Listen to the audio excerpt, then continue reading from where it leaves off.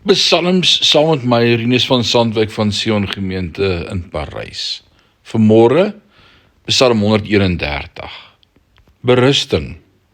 Ek lees vir jou vanmôre Psalm 131 vers 1, 2 en 3, net 3 verse. O Here, my hart is nie hoog en my oë nie trots nie. Ook wankel ek nie in die dinge wat vir my te groot en te wonderbaar is nie.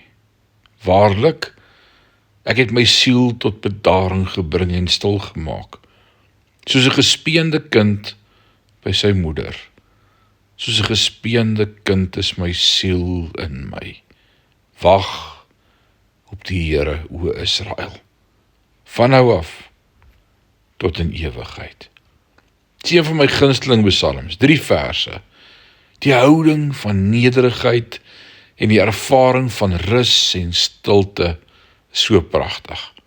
Wat 'n prentjie van hoe God jou en my ontwerp het om te leef, sodat ons siele voortdurend kan kalmeer en stil maak deur te besef dat ons in die arms van God self gehou word.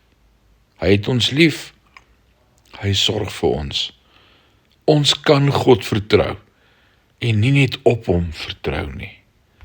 So vanmôre as ek hierdie psalm lees, dan wil my hart uitroep, U is altyd getrou.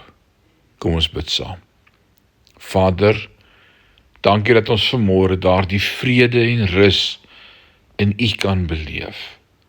Dankie dat ons siel vanmôre tot bedaring kan bring in hierdie chaos deur mekaar wêreld om op U te fokus. En soos die psalmdigter sê, soos 'n gespeende kind is my siel in my. Wag op die Here. Ons wag op U. Dankie dat U antwoord. Dankie dat U in beheer is. Dankie dat U 'n plan het. Dankie dat U ons vashou in die holte van U hand. In Jesus naam. Amen.